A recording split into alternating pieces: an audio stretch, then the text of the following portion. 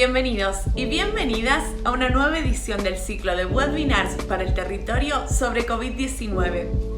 Desde el área de desarrollo territorial ideamos este ciclo de charlas para acercarles estudios, diagnósticos y testimonios sobre el impacto actual y futuro de la pandemia en Mendoza. El ciclo cuenta con un conjunto de conferencias digitales que abordarán desde diferentes disciplinas y enfoques la problemática de la pandemia del coronavirus. Las charlas estarán a cargo de destacados profesionales y egresados de la Universidad Nacional de Cuyo, agentes municipales y referentes de organizaciones. Es por esto que desde Desarrollo Territorial, en colaboración con la Facultad de Educación, se formuló el siguiente webinar. Una aproximación al análisis del territorio mendocino, estudio del caso Lavallino. La charla está a cargo de Martín Sánchez, consultor del Ministerio de Desarrollo Territorial y Hábitat de Nación. Verónica Daffaveri, profesora universitaria en Geografía, especialista en docencia universitaria en Educación y TICS. Y Claudio Reynoso, profesor universitario de Geografía, especialista en Educación, TICS y Migraciones, Movilidad e Interculturalidad de América Latina. La charla realiza un recorrido por la historia del desarrollo y crecimiento de nuestra provincia para poder entender cómo llegamos a ser la gran productora vitivinícola que somos en la actualidad y los retos y desafíos económicos y productivos que se proyectan a futuro. Además, los especialistas hacen énfasis en visibilizar las áreas no irrigadas del departamento de Lavalle, sus problemáticas, desigualdades y desequilibrios, y apuntan a reconocer la importancia de la problemática de los contenidos para el abordaje didáctico de estos temas. Que disfruten la charla. Bueno, vamos a hablar hoy de una aproximación al territorio mendocino. Una aproximación desde la historia. Los invito a hacer un recorrido histórico. Pero ¿cómo abordamos el territorio? Decimos que la ciudad latinoamericana es la suma cultural de una serie de legados históricos culturales preexistentes.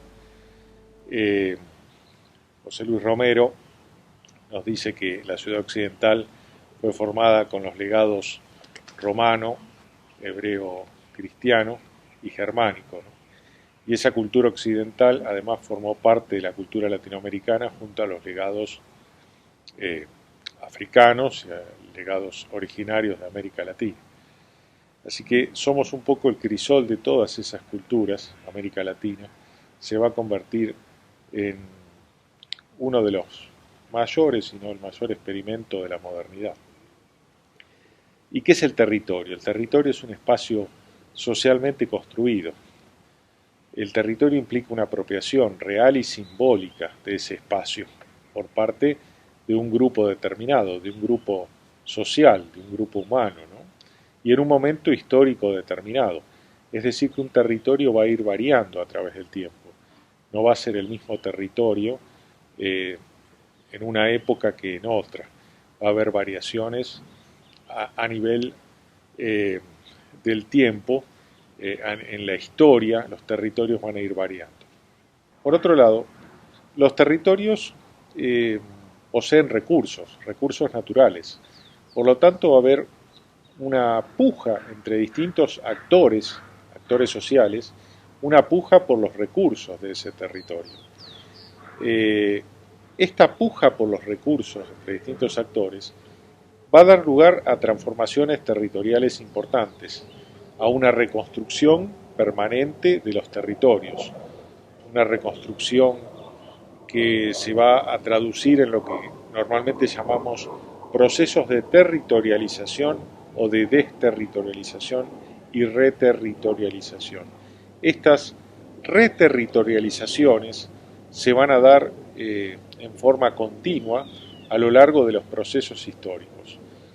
Es así que vemos cómo se van a ir sucediendo distintos periodos con distintos procesos de reterritorialización, como ocurrió con la conquista de América, como ocurrió con la conquista por parte del hombre blanco sobre territorios originarios, etc. Por otro lado, me gustaría aclarar un poco el concepto de Estado y la relación con la sociedad. El Estado está relacionado íntimamente con otros dos elementos, que son la sociedad civil y el mercado. ¿Y qué entendemos por Estado? Por Estado entendemos que es una relación social que se expresa en un modelo de acumulación y un sistema político legítimo que constituye un aparato institucional y se relaciona internacionalmente, articulando los intereses de la sociedad, las relaciones de poder y las demandas de los sectores sociales dentro de un territorio. Esta es una definición que nos da Daniel García Delgado y que nos sirve un poco para interpretar cómo son esos procesos históricos que se van dando en un territorio a través del tiempo. Decimos entonces que existe una relación entre territorio, Estado, en ese territorio donde hay una sociedad civil, donde hay un mercado que interactúa, y esa relación entre los tres actores, Estado, sociedad civil, mercado, en ese territorio, van a configurar lo que denominamos un modelo de desarrollo. Un modelo de desarrollo que va a estar constituido para cada tiempo histórico, para cada momento histórico de ese territorio, que va a ir a su vez variando y reconstituyéndose. Nuestra geografía es muy particular y tenemos en Mendoza una geografía que prefigura el territorio, ¿no? Ya desde la época de nuestros hermanos los huarpes, nuestros ancestros, el agua era un recurso escaso y un recurso que había que administrar muy bien. De allí que ya desde esas épocas pensábamos en cómo gestionar el agua, cómo administrarla, y el agua nos va a configurar esos territorios mendocinos, esos oasis en los que vivimos y en los que se desarrolla prácticamente toda la vida, o casi toda la vida, y las actividades humanas y las actividades económicas del hombre mendocino. Esos oasis como el oasis norte, el oasis centro, el oasis sur y esos pequeños oasis desparramados en el territorio van a configurar o preconfigurar a los territorios, a los modelos de desarrollo que así se definen. Bueno, para hablar un poco del concepto de los modelos de desarrollo en Mendoza, tendríamos que pensar un poco lo que es la Mendoza poscolonial y cómo esa Mendoza poscolonial, donde se producían aguardientes, cereales, harinas, pasa a una Mendoza vitivinícola, donde la vitivinicultura va a convertirse en la vocación productiva, en el perfil principal, en el perfil productivo de la provincia de Mendoza. Esto va a ocurrir fundamentalmente a partir de 1860, con la constitución de la nación argentina como tal, del Estado Nacional como tal, y con un liderazgo del Partido Autonomista Nacional, tanto a nivel nacional como a nivel provincial. Es muy importante considerar cómo durante estos años el Estado tuvo un rol protagónico muy predominante y además puso el cuerpo para llevar adelante este modelo de desarrollo. Hoy pensamos a través de este modelo neoliberal que inunda todo, que el Estado debe retirarse para poder dejar al mercado librado a su azar que las cosas funcionen. Y sin embargo, ese Estado liberal de los años de 1860 a 1914 se caracterizó por poner mucho el cuerpo. Se promocionaban la vitivinicultura al punto tal que llegó a sustituirse las importaciones. El vino de mesa ocupaba a fines del siglo XIX prácticamente un 97% del volumen de vino que se producía en Mendoza, que se producía además para todo el país, ¿no? Fundamentalmente para las principales ciudades. Había exenciones impositivas para aquellos que plantaban viñas, se promocionaba la vitivinicultura desde el Estado, había un fuerte rol del Estado en la promoción y en el desarrollo de la vitivinicultura. Hoy parece lejano aquello, pero bueno, era así, el Estado tenía un rol predominante en esos modelos de desarrollo. Además, llegaba el ferrocarril en 1864, 1865, llega el ferrocarril a Mendoza, a San Juan, hacia fines del siglo, principios del siglo XX, llega a San Rafael, se construye el ferrocarril trasandino. En 1884 se sanciona la ley de agua, se crea el Departamento General de Irrigación, el Banco Provincial de Mendoza, otros bancos privados se instalan también. Hay un gran modelo de desarrollo impulsado por un Estado liberal que en ese momento tiene un gran protagonismo en el desarrollo de la vitivinicultura. Este Estado se va a consolidar, este Estado vitivinícola se va a consolidar con el correr del tiempo. Van a haber algunos periodos de inestabilidad, fundamentalmente en el periodo de entreguerras, después con la Primera Guerra Mundial y con la crisis del 30, va a haber unas idas y vueltas, unas marchas y contramarchas que van a generar que, bueno, no se siga creciendo al ritmo que se venía creciendo, pero el Estado no va a dejar de tener un rol protagónico en esta época, apoyando a la industria vitivinícola en todo lo que hace a sus procesos de desarrollo. Ya entrados los años 30 y en los años 40 va a aparecer lo que conocemos como el Estado industrial, ya de la mano del Partido Demócrata, del Partido Justicialista, en sus interregnos del 46 al 55 y del 73 al 76, va a haber un fuerte protagonismo del Estado también en un modelo de desarrollo industrial. La industria va a tomar un rol protagónico a través de la industria petrolera. Vamos a pasar a ser una industria productora de crudo, productora de petróleo, y además con la destilería de Luján de Cuyo, que se inaugura en los años 40, va a tener un rol protagónico Mendoza en la industria petrolera a nivel nacional. Vamos a pasar en los años 60 a ser la segunda provincia productora de petróleo y la primera en 1970. Estos van a ser los dorados años 60, va a haber un gran protagonismo del Estado dirigiendo este proceso de desarrollo industrial, con una clase media en ascenso, una división entre lo rural y urbano que cada vez va a ser más urbano y menos rural.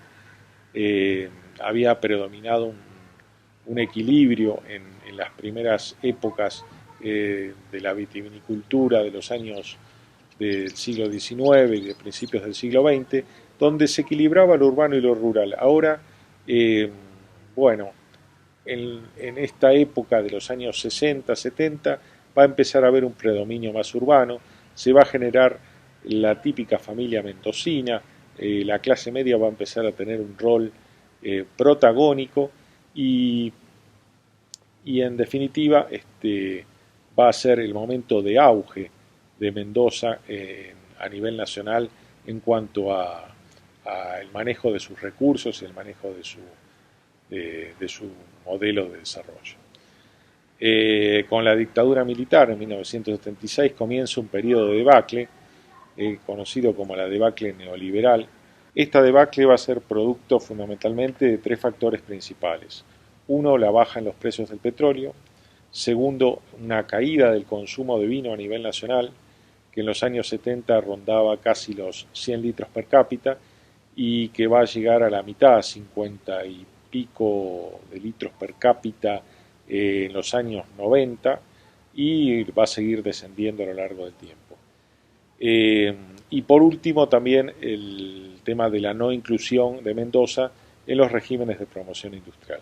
Esos tres factores van a incidir en una debacle que se va a potenciar por la implementación de las políticas del consenso de Washington en la provincia, de regulación, procesos de privatización, procesos de desaparición, como el caso del Banco Mendoza, un Estado que empieza a retirarse de ese rol activo que había tenido hasta 1970, 1980. Entonces ese Estado se retira, quedamos un poco a la deriva y fundamentalmente Además, hay un gran cambio tecnológico que va a incidir en la industria vitivinícola con un cambio de enfoque, ¿no?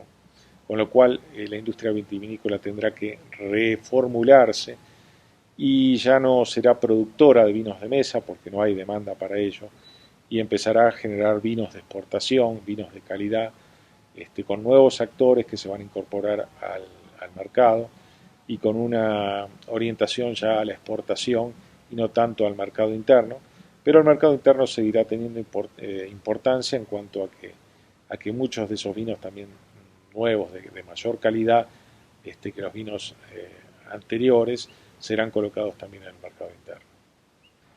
Este cambio tecnológico va a producir una división, si se quiere, socioeconómica entre los productores de vinos de la zona este, más tradicionalmente conocidos como los productores de vinos de mesa, y los productores de vinos del oeste o de las zonas tradicionales de Luján y Maipú, pero sobre todo de la nueva zona del Valle de Uco que se va a empezar a desarrollar en los años 90, donde se van a instalar capitales transnacionales fundamentalmente de la industria de la vitivinicultura, y que va a haber como una barrera, un quiebre entre esas dos zonas, tanto a nivel social como a nivel económico, ¿no? Obviamente los vinos de mesa van a quedar muy fuertemente ligados a la zona este, y los vinos de alta calidad y de alta gama fundamentalmente al Valle de Uco. También las características del suelo del Valle de Uco identifican mucho estos vinos, que van a ser los vinos de élite o de exportación primordialmente. Ya en los años 90 y fundamentalmente a principios del 2000, vamos a encontrarnos con que todos estos cambios sociales, económicos, van a generar también una desvalorización del suelo, una desvalorización y un interés por el mercado inmobiliario de adentrarse en comprar tierras que antes eran productivas, fundamentalmente en el oasis norte, para generar desarrollos inmobiliarios. Esto va a generar un territorio metropolitano muy disperso, difuso, como se lo llama en términos urbanísticos, y vamos a transformarnos, el área metropolitana de Mendoza, en la metrópolis argentina con mayor cantidad de barrios privados en todo el país. Esto va a generar ciertos problemas de ordenamiento territorial que de algún modo serán resueltos en parte a partir de la implementación de la Ley de Ordenamiento Territorial y Usos del Suelo, sancionada en la primera década del siglo XXI, y posteriormente el Plan Provincial de Ordenamiento Territorial, que pondrá las pautas generales para que los municipios dictaminen sus propias pautas de ordenamiento territorial a nivel local. Esto vino a poner un poco de orden a nivel territorial, si bien creo que ahora lo necesario es que pasemos del ordenamiento territorial al desarrollo territorial y pensemos el territorio en función de modelos de desarrollo, como lo venían haciendo nuestros antepasados a lo largo de todos estos años que fuimos recorriendo en esta mirada hacia nuestra historia mendocina, a nuestro quehacer histórico. Nos encontramos ahora entonces repensando nuestro modelo de desarrollo. Descartamos hace poco la minería, que hubiera sido un posible elemento para sumar a la matriz productiva, así que tendremos que repensar cómo se irá diversificando esa matriz productiva, donde ya el petróleo y la vitivinicultura no tienen el mismo peso que tuvieron en épocas anteriores, como vimos, y donde hoy necesitamos tener unos nuevos factores económicos, unos nuevos enfoques económicos. Debemos entonces repensar nuestro modelo de desarrollo, ver desde qué lugar podemos generar una nueva matriz productiva más diversificada, donde de algún modo nuevos sectores económicos, nuevos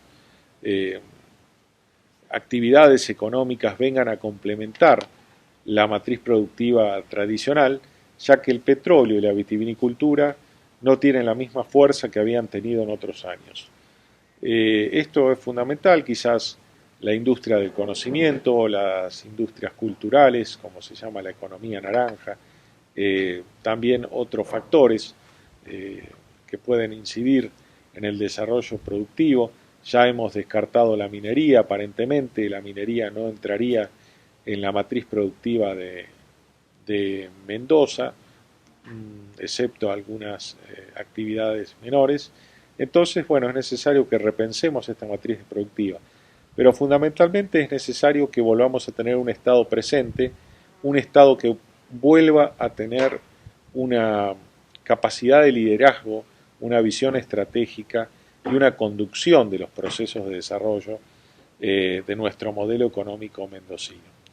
Bueno, los invito a reflexionar al respecto y que sigamos junto a otros docentes pensándonos un poco en esta historia del territorio mendocino a la que los invitamos. Muchas gracias. Bien, iniciamos nuestra participación en este conversatorio en cuanto a las aproximaciones para conocer un poco más el territorio mendocino. Nuestra propuesta se relaciona con el abordaje de los desequilibrios y la subsistencia en el espacio del secano lavallino, del departamento de Lavalle en la provincia de Mendoza, y además de esto proponemos una serie de sugerencias o de propuestas didácticas para su abordaje en el aula en la clase de geografía. Iniciamos entonces esta participación recordando algunas particularidades que tienen que ver con la dinámica propia de la relación entre el oasis y los espacios no irrigados. La provincia de Mendoza concentra la mayor cantidad de hectáreas bajo riego a nivel país. Estas hectáreas forman parte o pertenecen o se desarrollan dentro de los espacios conocidos como espacios de oasis.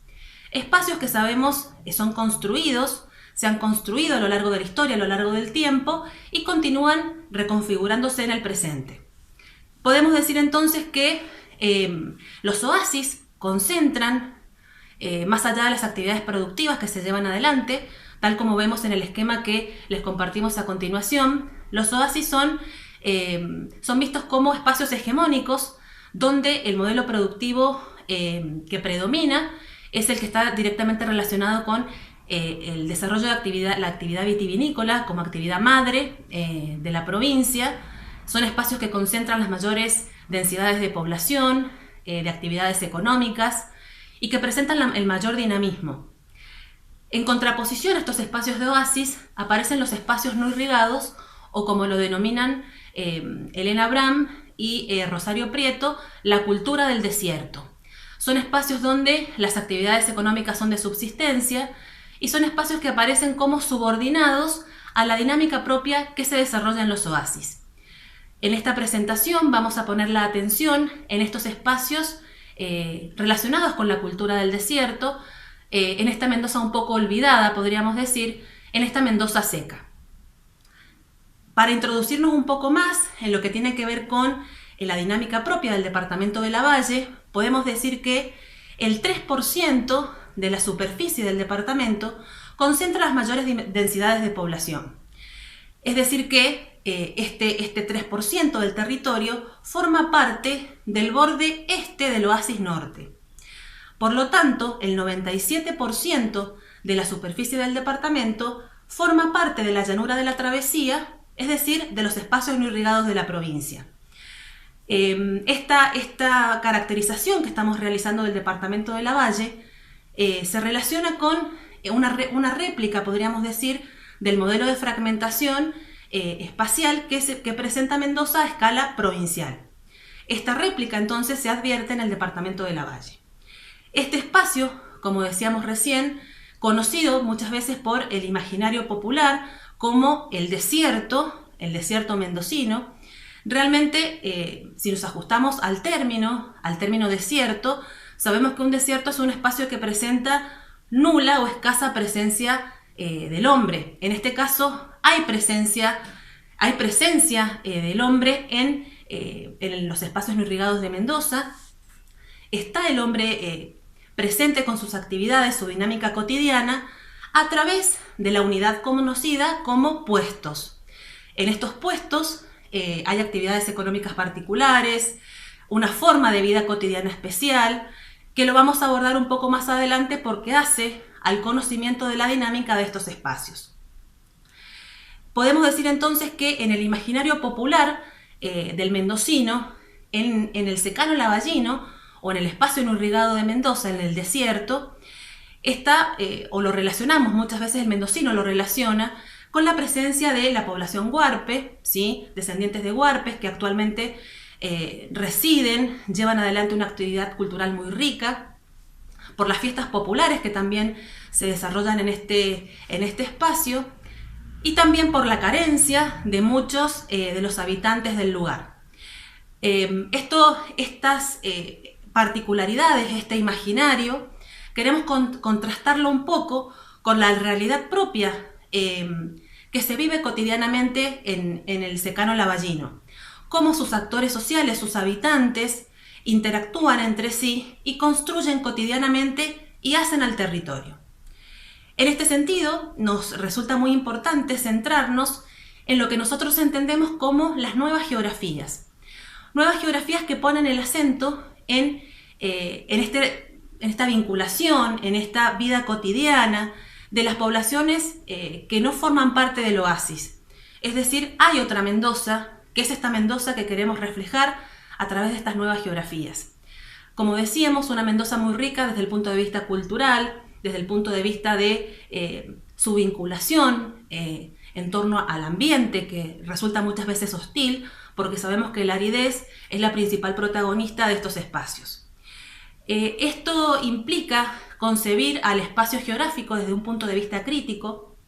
Como decía recién, queremos poner el acento en quienes construyen cotidianamente el espacio geográfico, poniendo atención, podríamos decir, en las injusticias, las tensiones, los desequilibrios que se dan en torno a la vida propia del secano y su articulación o desarticulación con el oasis, por ejemplo. Es muy interesante rescatar esta perspectiva, considerar estos aspectos, porque pensamos de esta forma el territorio de una manera problematizada. No de una manera objetiva, podríamos decir, sino tenemos en cuenta el conjunto de intersubjetividades que presenta la población del lugar y que hace justamente a la construcción de los territorios. Nos resulta muy interesante rescatar estas formas de vida cotidiana, las actividades propias del secano lavallino y proponerlos para su abordaje en la clase de geografía. También resulta muy interesante proponer el abordaje del paisaje como un disparador para poder continuar profundizando después con otras estrategias didácticas cuál es la dinámica propia, en este caso, del espacio que estamos, del estudio de caso que estamos presentando, que es el espacio del secano lavallino. A medida que nos alejamos del oasis norte, hacia 30 kilómetros, al norte de Mendoza, el paisaje cambia completamente. Aparece la Mendoza seca, con una vegetación completamente distinta, y la montaña queda atrás. Abordar esta nueva dinámica, esta nueva particularidad, también puede ser una propuesta interesante para llevar adelante en la clase de geografía. Les proponemos pensar al paisaje como la expresión de la relación entre la sociedad y la naturaleza a partir de la incidencia de factores económicos, ambientales, políticos, sociales, culturales, que hacen a la construcción cotidiana de territorio. Este paisaje puede ser abordado de manera indirecta, por ejemplo, a través de una porción de paisaje que es capturada en una fotografía, como las fotografías que les proponemos a continuación, donde vemos que la aridez es el factor común entre las diferentes imágenes, pero también rescatamos en estos paisajes la cotidianeidad de sus habitantes a través de, por ejemplo, el desarrollo de la ganadería menor, como vemos en una de las imágenes, la vida cotidiana, la relación con el entorno. Por lo tanto, consideramos que el paisaje puede ser una estrategia muy interesante o un recurso muy interesante para aproximarnos al conocimiento, en este caso, de los espacios no irrigados de Mendoza, captado de manera indirecta a través de imágenes. Otra opción, otra alternativa, estaría vinculada con formar parte o interactuar justamente con el paisaje en sí mismo, es decir, a través de una salida de campo como estrategia didáctica, no solamente observar, que es a lo que nos limitamos muchas veces cuando captamos al paisaje de manera indirecta, no solamente observar, sino también interactuar con aquellos habitantes que hacen continuamente a la dinámica propia de los espacios no irrigados de Mendoza.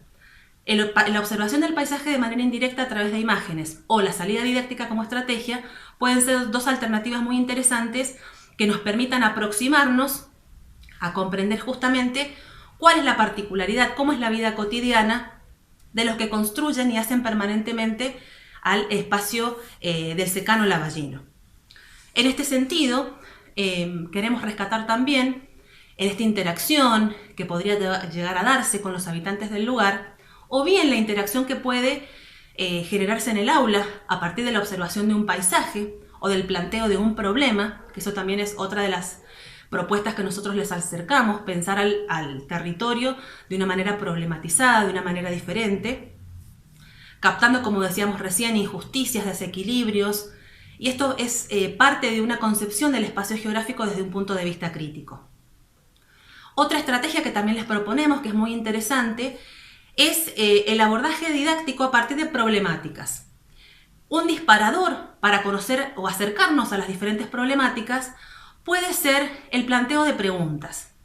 Ustedes saben que las preguntas pueden abordarse o desarrollarse en diferentes momentos de una clase, en el inicio, en el desarrollo y en el cierre, y cada momento en el que planteamos las preguntas tienen una particularidad específica. La pregunta debemos entenderla como la disparadora del conflicto cognitivo, la que invita a pensar, a repensar el proceso de enseñanza-aprendizaje y también a recuperar, a replantear los conocimientos previos y también el nuevo conocimiento que estamos adquiriendo. En este sentido, Isabelino Siede nos invita a pensar a la pregunta desde esta perspectiva, porque considera abre el juego, ¿sí?, para las inquietudes, para el planteo y también para el desarrollo, sobre todo en el momento de la clase donde presentamos un problema geográfico que queremos que se profundice, el papel muy importante que adquiere la pregunta problema. La pregunta problema para, como decíamos recién, profundizar un problema espacial específicamente. Esta pregunta problema generalmente se plantea en el desarrollo de una clase y es muy interesante porque nunca va a generar una respuesta concreta, porque es abrir el juego, ¿sí? Es plantear el conflicto. A partir de aquí, los estudiantes, los alumnos pueden plantear diferentes tipos de hipótesis que, con la ayuda de otras estrategias didácticas, que se pueden complementar, por supuesto, van a ayudar a comprender la dinámica propia, en este caso, del espacio geográfico que les proponemos como estudio de caso. Por eso, y un poco, podríamos decir, aplicando esto que estamos planteando de manera teórica, les proponemos dos preguntas problemas que van a ser profundizadas en la segunda parte de esta reflexión que les proponemos en torno a este estudio de caso. Preguntas problema que hemos pensado como preguntas, podríamos decir, que engloban un poco, que son que integran a las problemáticas que hacen al departamento de Lavalle en su espacio no irrigado. Estas preguntas son las siguientes que compartimos con ustedes en la siguiente diapositiva. ¿Cómo influye en la vida de los habitantes del secano lavallino la toma de decisiones que surgen en los espacios de poder ubicados en el oasis? Un poco en la introducción de esta reflexión, de esta conferencia, dimos un indicador, ¿sí?, en torno a la hegemonía del oasis, a la importancia, al peso que presenta el oasis en torno a estos espacios no irrigados un poco subordinados. Vamos a ver a través del planteo de esta pregunta cómo es esta influencia y cómo es este peso, cómo se hace sentir en las comunidades que habitan el secano lavallino esta esto de estar alejados de los centros de poder. En segundo lugar, la otra problema que les proponemos es cómo es vivir en un espacio ambientalmente adverso. Este paisaje adverso, estos ambientes de una aridez muy fuerte, lo hemos un poco evidenciado en las imágenes que hemos compartido con ustedes a lo largo de la presentación. La idea es continuar en esta segunda parte con la profundización y con el tomar contacto concretamente acerca de cuáles son estas problemáticas concretas que se llevan adelante en el espacio geográfico y nuestra propuesta didáctica para abordarlas de una manera diferente. Como decíamos recién, a partir de una concepción de la geografía distinta, invitamos a dejar de lado esta geografía tradicional, esta geografía memorística, esta geografía que hace inventarios, ¿sí? Dejarla a un costado y pensar a la geografía de una manera diferente, donde el planteo de problemas, el planteo de preguntas, problema, el abordaje del espacio geográfico sea de una manera diferente, conociendo, dando la oportunidad de conocer un poco más a la Mendoza profunda, a la verdadera Mendoza, donde la aridez es protagonista y donde el agua muchas veces resulta un elemento que es anhelado, ¿sí?, por sus habitantes, y bueno, un elemento que realmente condiciona mucho el desarrollo de su vida y de sus actividades. En esta segunda parte de este ciclo nos vamos a centrar a desmembrar un poco las problemáticas que se viven día a día en este espacio geográfico del secano del departamento de Lavalle y cómo la podemos abordar desde una manera didáctica en las clases de geografía en los diferentes niveles educativos. La organización histórica que ha tenido este territorio provincial ha devenido en que se generen grandes problemáticas, grandes desigualdades, fuertes desequilibrios entre el área irrigada, el área de los oasis y las áreas no irrigadas, que son las que quedan marginadas por diferentes dimensiones, ¿no?, económicas, sociales, políticas, ambientales. Entonces es importante focalizar en estas áreas no irrigadas, entendiéndolo desde otras geografías, como hemos estado mencionando. Las problemáticas que vamos a abordar son, hay varias en realidad, pero vamos a abordar tres. La primera vinculada a las competencias por el uso de los recursos hídricos. La segunda, que va a estar asociada al trabajo y a la organización de estos pequeños centros poblados y de los puestos que se asientan de manera dispersa en este territorio, para después desmembrar y profundizar sobre el rol de las mujeres en esta organización social y cómo devienen culturalmente en una gran importancia para esta zona. Si tomamos como referencia el primer problema, nos vamos a encontrar con una provincia que siempre ha estado asociada a este recurso hídrico que es el agua y que a lo largo del tiempo ha estado construyendo estos espacios irrigados, los oasis, y que justamente, dado el gran aprovechamiento de los oasis, ha generado un desequilibrio con una gran carencia de agua para estas áreas no irrigadas como la del secano del departamento de Lavalle. Históricamente, estos cursos de agua, recordemos que en el secano de Lavalle convergen tres cursos de aguas muy importantes. Dos que bajan de la cordillera, que es el río San Juan y el río Mendoza, muy aprovechados en la zona de los valles para las actividades agrícolas, y que desembocan en el río Desaguadero como parte de esta cuenca.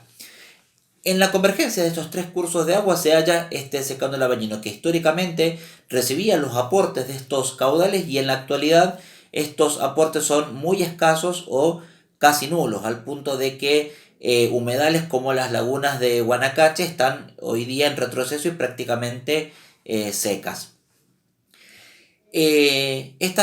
Acá es donde se halla el punto neurálgico de la problemática, porque nos encontramos con un gran desequilibrio entre el crecimiento y el desarrollo en el área de los oasis versus la gran escasez de las áreas no irrigadas, y que los pueblos tienen que en esta desigualdad, en este desequilibrio, tienen que convivir día a día con, por ejemplo, la extracción de aguas subterráneas, de las napas freáticas, que justamente están bastante contaminadas por diferentes metales. Se habla de boro, se habla de manganeso, y que al consumirlas a la larga terminan generando diversas problemáticas de salud. Si ustedes observan la imagen que acompaña a esta diapositiva, estas dos imágenes, nos vamos a encontrar la primera con el cauce seco del río Mendoza. Este cauce seco lo vamos a encontrar unos kilómetros antes de llegar a un poblado muy conocido que es Asunción, y que demuestra cuáles son las características de este curso de agua en el área del secano, prácticamente seco o seco la mayor parte del año, y que justamente acá se ubican estos grandes desequilibrios que es muy importante abordarlos de manera didáctica en las clases de geografía. Asociado a esta problemática, bueno, hay ideas, han habido proyectos para poder solucionar esta escasez, estos conflictos que se generan por la escasez de agua, como por ejemplo el acueducto del desierto, que es el que se puede observar en el mapa que acompaña esta diapositiva, que es una obra de infraestructura que recorre 300 kilómetros llevando agua a los diferentes poblados, ¿no? A los diferentes caseríos, y también a los puestos que se hayan ubicados de manera dispersa por todo este espacio geográfico. Y hablando de caseríos y de centros poblados, nos vamos a centrar en este segundo problema que hemos estado trabajando, que es comprender cómo se organizan estos centros poblados, cómo se organizan estos caseríos, cómo se organizan estos pueblos, estos puestos, ¿no? Nos vamos a encontrar con una gran carencia de comercios y de servicios, ¿no? Y lo que podemos encontrar un poco más desarrollado lo vamos a encontrar en estos caseríos que se han conformado a lo largo del tiempo en este secano. Nos vamos a encontrar, por ejemplo, con San Miguel de los Sauces, nos vamos a encontrar con San José, con Lagunas del Rosario, con Asunción. Y bueno, estos centros poblados, que no superan en ningún caso los 500 habitantes, van a contar con una pequeña sala de primeros auxilios, van a contar con escuelas primarias, generalmente son escuelas primarias albergue, y en el caso de San José de Lagunas del Rosario, con escuelas secundarias, también de características de albergue, en algunos sectores como en el Retiro o en el Puerto, con centros de educación básica de jóvenes y adultos, y CENS también de nivel secundario. En esta organización se van a encontrar, bueno, la mayor cantidad de comercios y de servicios que van a abastecer a la gran cantidad de puestos que se hallan en los alrededores, que se discurren de manera dispersa por todo el secano. En el caso de estos puestos, algunos van a estar un poco más agrupados, ¿no? Con lazos de convivencia entre estos puestos, muchas veces dados por lazos familiares, y en otros casos puestos mucho más alejados. El común denominador va a ser la fuerte limitación en cuanto a comunicaciones. Recordemos que en este secano vamos a encontrarnos con dos rutas nacionales importantes que lo surcan. Una es la ruta 40, en la cual se bifurcan picadas que nos van a llevar a poblados como San José o Lagunas del Rosario, y otra que atraviesa de lleno el secano lavallino, que es la ruta 142, que atraviesa poblados como Asunción, que llega hasta la zona de Encón, que tiene las mismas características que el resto de estos pequeños poblados que estábamos mencionando. Fuera de estas rutas nacionales tenemos caminos de tierra o huellas en muy mal estado que dificultan enormemente la comunicación. Hay una gran carencia de servicios públicos de transporte público de pasajeros, entonces las comunicaciones, la conectividad es bastante deficiente. Entonces esto ha hecho que históricamente el área del secano lavallino tenga conexiones y comunicaciones muy deficientes, lo cual constituye una problemática para estudiar o para generar este puntapié en las clases de geografía y que son bastante significativas para los alumnos porque de nuevo se pone en relieve estos desequilibrios, estas desigualdades y sus estudios se generan para establecer, para argumentar, para generar una postura crítica sobre estas desigualdades y sobre estos desequilibrios que se presencian en el secano del departamento de Lavalle. Por eso es importante el interrogatorio, generar el conflicto cognitivo a partir de trabajar estas problemáticas, ¿sí? Con las preguntas que se mencionaron en el inicio de este ciclo o generar otras preguntas, cómo se lleva a cabo día a día enfrentarse a estas limitaciones, cómo se trabaja en las escuelas, cómo se caracterizan los diversos servicios, ¿no? Las salas de primeros auxilios, con qué cuentan, con qué carencias se ven enfrentados día a día estas poblaciones. Son puntos de partida para generar diversos interrogatorios didácticos y llevar a los alumnos a un conflicto cognitivo para generar la búsqueda de posibles respuestas a estas preguntas. Y asociados a estos pueblos, a estos caseríos, nos vamos a encontrar con las mujeres como una figura que presenta un rol muy muy importante dentro de estas comunidades. Comunidades que están muy asociadas a la descendencia huarpe, a la cultura huarpe, y que estas comunidades son lideradas por personas, muchas de ellas son mujeres. En el caso, por ejemplo, de la Asunción, nos vamos a encontrar con Paula Guaquinchay como lideresa de esta comunidad y en la cual se llevan a cabo diferentes actividades culturales donde las mujeres son enteramente las protagonistas, ¿no? Trabajando las artesanías en sus diferentes formas, como por ejemplo en los tejidos, en la cerámica, en el junquillo. Y bueno, estas actividades se llevan a cabo también en una cuestión de, no solamente para hacerle frente a estas economías de subsistencia, ¿no?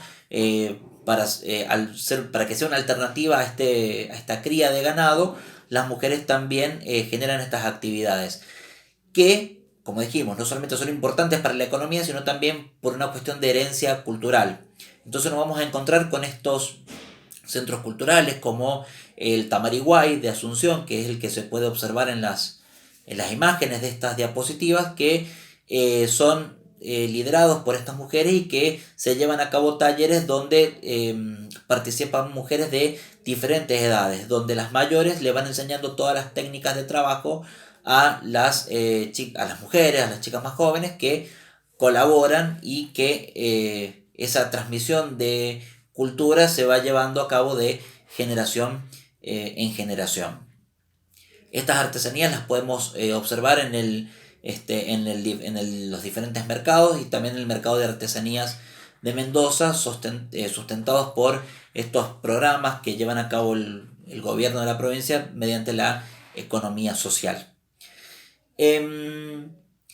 Cerrando un poquito esta presentación, bueno, verán que estas problemáticas pueden estar trabajadas desde las diferentes preguntas, ¿no? Generar estos, como mencionamos anteriormente, estos conflictos cognitivos, comprender a estas problemáticas desde la pregunta, y no solamente la pregunta, hay otras alternativas, otros abordajes didácticos, como por ejemplo las salidas didácticas, que también fueron mencionadas anteriormente, para conocer más en profundidad cómo se organizan estas poblaciones, cómo es el ambiente natural. Se pueden hacer visitas, por ejemplo, a la Reserva Natural de los Bosques Telteca, que van a mostrar no solamente la flora y la fauna nativa intacta, sino también los modos de organización de los diferentes puestos que se hallan en el secano lavallino.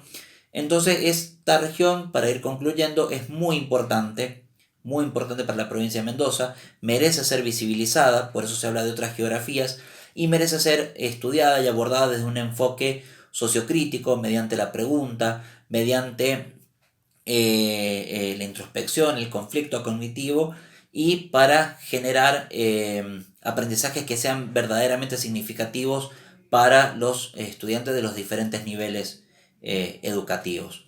Por eso, como conclusión, tenemos estas imágenes para reflexionar sobre este espacio y sobre cómo abordarlos. En uno se muestra una senda, una huella dentro de este secano vasto, extenso, y en la otra nos vamos a encontrar con Mafalda, la célebre Mafalda que tanto nos identifica a los mendocinos, ¿no? Y que justamente Mafalda instando a su maestra que le enseñe cosas verdaderamente importantes. Y en esto radica esta geografía crítica, entender la problemática, abordarlas de manera didáctica, para que no quede como un mero recuento de datos estadísticos o de características naturales, sociales, económicas, sino que abordemos las problemáticas en profundidad y que los alumnos sean capaces de inferir, que sean capaces de argumentar, que sean capaces de tomar una postura para también construir su ciudadanía futura y que justamente esto sea verdaderamente significativo para ellos. Muchísimas gracias. Estos fueron Martín Sánchez, Verónica Daffaveri y Claudio Reynoso, con una aproximación al análisis del territorio mendocino, estudio del caso Lavallino. Agradecemos a la Facultad de Educación que colaboró con el área de desarrollo territorial para la producción de esta propuesta. Y también les recordamos que pueden escribir cualquier duda que haya surgido en los comentarios abajo de este video. Los y las invitamos a seguirnos en nuestras redes sociales para enterarse de las próximas charlas y seminarios del ciclo de webinars para el territorio sobre COVID-19. ¡Hasta luego!